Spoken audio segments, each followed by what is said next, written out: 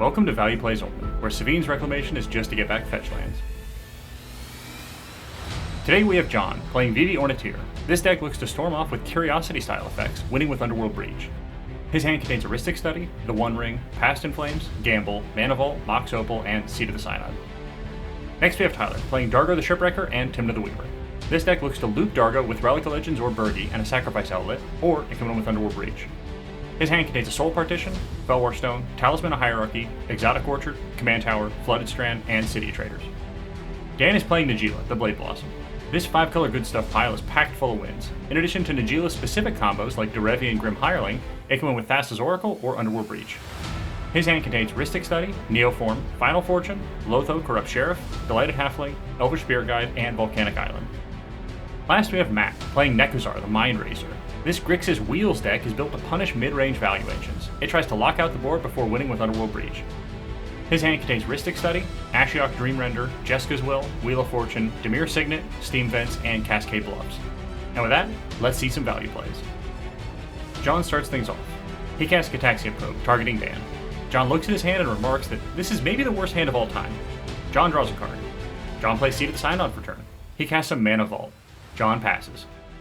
Tyler plays a City of Traders for turn. He casts Felwar Stone. Tyler then passes the turn. Dan plays a Volcanic Island for turn. He exiles Elvish Spirit Guide from his hand to cast Delighted Halfling. The table is starting to see what John was talking about with Dan's hand, as Dan passes the turn. Matt plays a Steam Vents for turn, into play tapped. He passes the turn. John untaps and plays a Mountain for turn. He casts his commander, Vivi Ornitier. John follows this up with a Mox Opal. Vivi triggers to deal 1 to each opponent and get a counter. John activates Vivi's ability for 1 blue mana. He spends his floating Mana Vault mana to cast a Ristic Study. Vivi triggers to get a counter and deal 1 to each opponent. Ristic Study resolves, and John passes the turn. Tyler untaps and casts a Talisman of Hierarchy. Ristic triggers and John draws. Tyler casts Ragavan, Nimble Pilferer. Ristic triggers and Tyler pays. Tyler then plays Command Tower for turn. City Traders triggers to sacrifice. Tyler then passes the turn. Dan untaps and takes no game actions. He passes the turn. The table really gets what John was saying now about Dan's hand, and the turn moves to Matt. Matt untaps and plays Cascade Bluffs for turn. He casts a Dimir Signet. Ristic triggers and John draws. With no other plays, Matt passes the turn. John untaps and in his draw step takes 1 from Mana Vault. John then casts Gamble. Vivi triggers to get a counter and deal 1 to each opponent. The table passes on Gamble, and John searches up a card into his hand and then randomly discards Niv Mizzet Parun. John casts Curiosity, targeting Vivi. Vivi triggers to get a counter and deal 1 to each opponent. With the table discussing their total lack of options, Curiosity resolves. John activates Vivi's ability for 2 red and 2 blue mana. He leaves 1 red floating to cast Intuition, targeting Tyler. Vivi triggers to get a counter and deal 1 to each opponent. Curiosity triggers to draw 3. Intuition resolves, and John reveals Isochron Scepter, Underworld Breach, and Hullbreaker Horror. Tyler gives John Hullbreaker Horror. John plays Urza Saga for turn, getting its first counter. He casts Lion's Eye Diamond. Vivi triggers to get a counter and deal 1 to each opponent. Curiosity triggers to draw 3. LED then resolves. John casts Mox Diamond. Vivi triggers. John holds priority and sacrifices Lion's Eye Diamond for 3 red mana, discarding his hand. Vivi then resolves to get a counter and deal 1 to each opponent.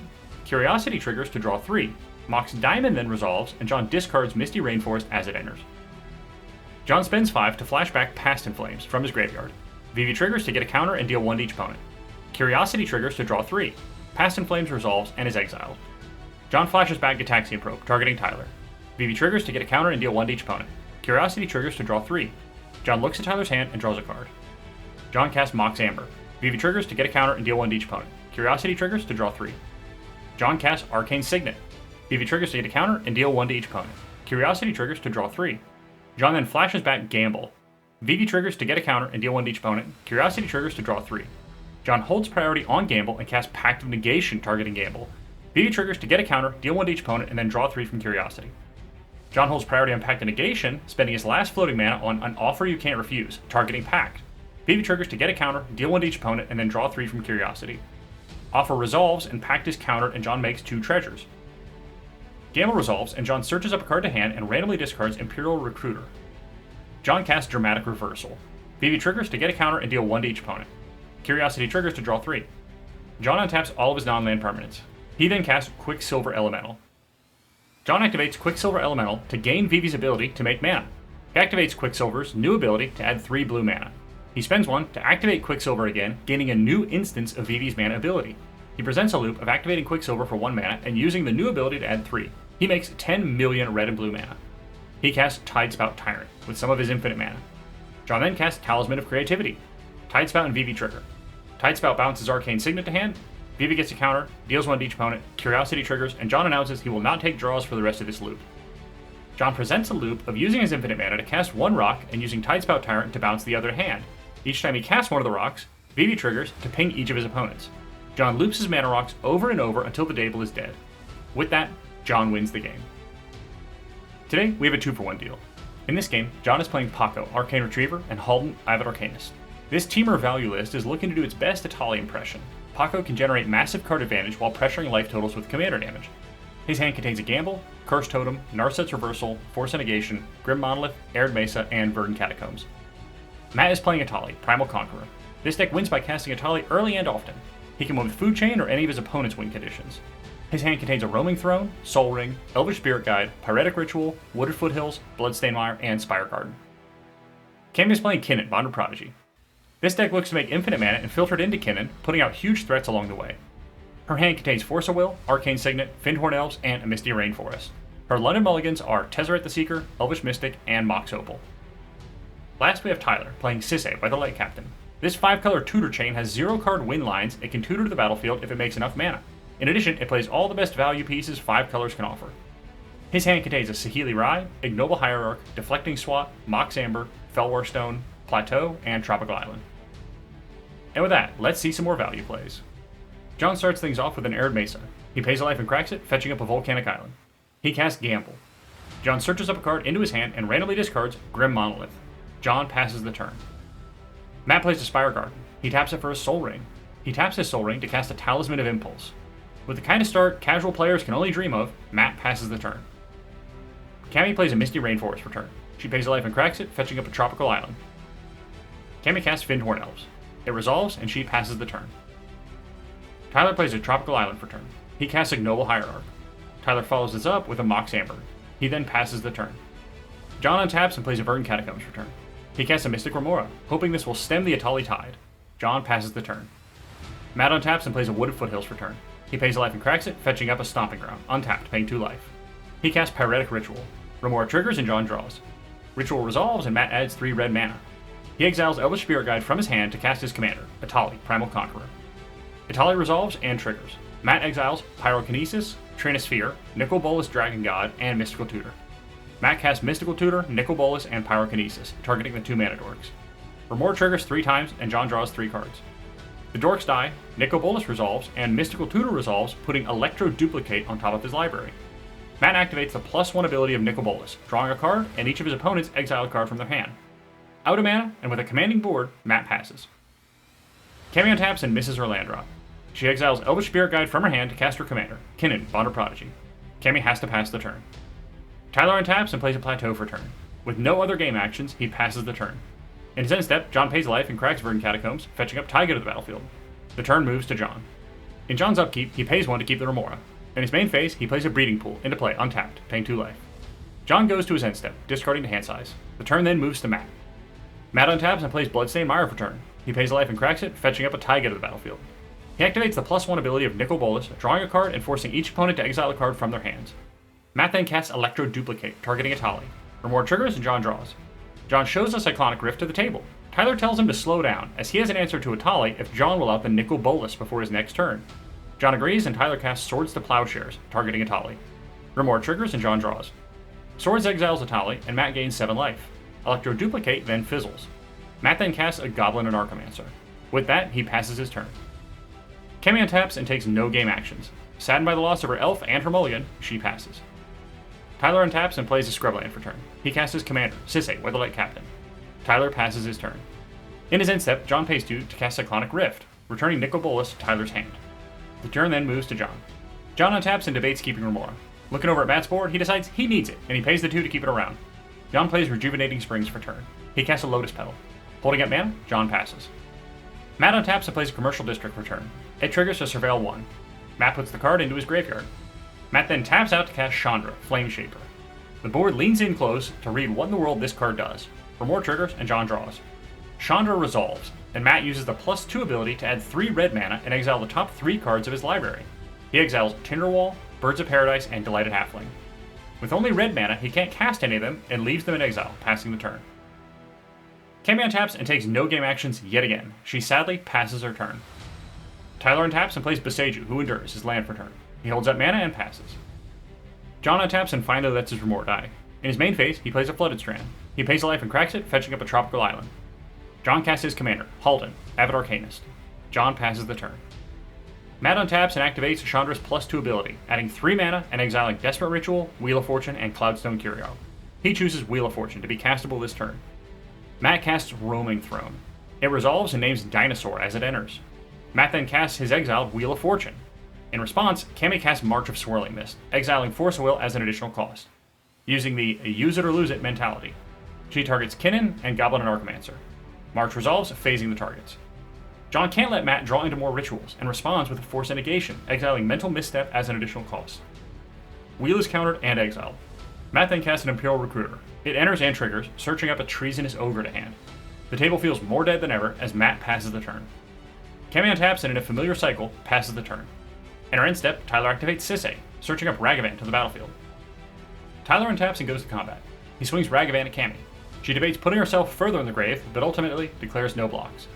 Cammy takes 2 and Ragavan triggers, making a treasure and exiling Flusterstorm from the top of her library. Tyler casts a Felwar Stone. It resolves and he passes the turn. John untaps and casts his other commander, Paco, Arcane Retriever. It resolves and John goes to combat. He swings Paco at Chandra. Paco triggers and exiles Pact of Negation, Jessica's Will, Grim Monolith, and Deadpool trading card. Paco gets 3 +1/+1 counters and Chandra takes 6. John is flabbergasted he didn't hit a land and has to pass the turn. Matt untaps and casts Ruby Medallion. In response, Tyler activates Sisay. He searches up Lotho, Corrupt Sheriff, to the battlefield. Ruby Medallion then resolves. Matt casts Treasonous Ogre. Lotho triggers and Tyler loses a life and makes a treasure. Treasonous Ogre resolves. Matt taps down and pays 15 life for an additional 5 red mana to cast his commander, Atali, Primal Conqueror. Staring down Roaming Throne and Chandra, John knows this card is a must answer. John knows he will do next to nothing if he uses Pact of Negation here and asks Tyler if he will agree not to activate Sisay on his next turn if John packs here. Tyler agrees, and John responds to Atali with Pact of Negation from exile. Atali is countered and goes back to the command zone. Matt looks at his life and looks at his board. He pays 27 life to cast Atali for the 3rd time. This time it resolves and triggers twice. For the first ETB, Matt exiles Geosurge, Mystic Remora, Emil the Blessed, and Noxious Revival. He casts Geosurge, Remora, Emil, and Noxious Revival, targeting Pyretic Ritual. Ritual goes on top of Matt's library, and the other spells all resolve. The second Atali ETB resolves, and Matt exiles Pyretic Ritual, Rite of Flame, Lotus Petal, and Armored Scrapgorger. Matt casts all the spells. He adds 5 total mana. Matt, with all the options in the world, decides to use the +1 ability of Chandra to make a token copy of Atali. The token has 2 ETBs on the stack, and then is sacrificed to the Legend rule. The first Atali ETB exiles Chromox, Mindbreak Trap, Force of Will, and Swansong. Matt leaves them all in exile, and the next ETB resolves. Matt exiles Sowing Mycospawn, Nezahal Primal Tide, Kinnan Bonner Prodigy, and Temur Battle Rage. He casts all the spells except Temur Battle Rage. Mycospawn triggers on cast and puts Gaia's Cradle onto the battlefield. The rest of the spells resolve. Matt pays 3 of his floating red mana and activates Emil, Flickering Atali. It enters and triggers twice. The first ETB resolves, and Matt exiles Delayed Blast Fireball, An Offer You Can't Refuse, Tyvar Jubilant Brawler, and Crop Rotation. Matt casts Tyvar, Fireball, and Crop Rotation, sacrificing one of his tap lands as an additional cost. He fetches up Shifting Woodlands to the battlefield. Delayed Blast Fireball wipes out most of the creatures and deals 5 to each opponent. Tyvar then resolves. The second ETB then resolves, and Matt exiles Enlightened Tutor, Tinderwall, Nyxbloom Ancient, and Lightning Bolt. He casts Enlightened Tutor and Nyxbloom. Enlightened Tutor resolves and puts Food Chain on top of his library. Matt taps Gaia's Cradle for 33 green mana. He spends 3 to activate Emil, Flickering Atali. It triggers twice. The first flip resolves as the table begs for death. Matt exiles Food Chain, Personal Tutor, Glenelendra, and Mindbreak Trap. Matt casts Food Chain and Personal Tutor. Tutor resolves and puts a Gamble on top of his library. The next spell resolves, and Matt exiles Sakashima the Imposter, Brain Freeze, Mana Vault, and Gamble. Matt casts Gamble. He searches up a card to hand and randomly discards Squee the Immortal. Finally, with a deterministic loop, Matt begins casting Squee for 3 mana and exiling to 4 mana with Food Chain. He does this over and over, netting 10 million creature mana. He can then exile Atali to Food Chain and recast it over and over, exiling each player's library. Matt passes the turn, and his opponents each try to draw from an empty library and lose the game. With that, finally, Matt wins the game. So, what do we learn here today? Mulligan harder than you think. 2 turns of nothing may just be enough for a good deck to win. If you have tips for the video, leave them below. Until next time, keep making value plays. Get probed, Dan. That's pretty bad. That's pretty bad. Dan, what the fuck is this? Yeah. You jealous? Jealous. Dude, he's like... Oh my god. We're gonna pass. Dude, Hard Dan! pass. Get me out of this game, John. I cannot... I'm ready to go to the next game. That's Yeah, crazy, dude. I'm fucking about to pull the power board on this. No, I just can't pick heuristic. I've seen his hand. His hand sucks. His hand sucks, and Matt only played a tap to Steam decks. I'm like, this is a disproportionate game. Yeah. This game's over. I saw Dan's hand, and I'm fucking jamming. I actually forgot that I continually draw 3. That makes this a lot easier. Yeah, I was about to say. I'm sorry, I promise this will be over soon. Pay 1 mana, activate Quicksilver to gain the Vivi ability to gain mana. I will push the Quicksilver button to gain 3 mana, right? I will spend 1 of it to gain another Vivi ability. A new once per turn ability under his one that was already used. Interesting. And I'll activate that button again to get 3 more mana. So I'm going to push this to get 10 million mana of both my colors. I will then just cast this Tidespout Tyrant. Show him something, Dan. Hit him with it. Show him something, Dan. John, should have get probed. Ooh, okay. Again? No, I got nothing. Good?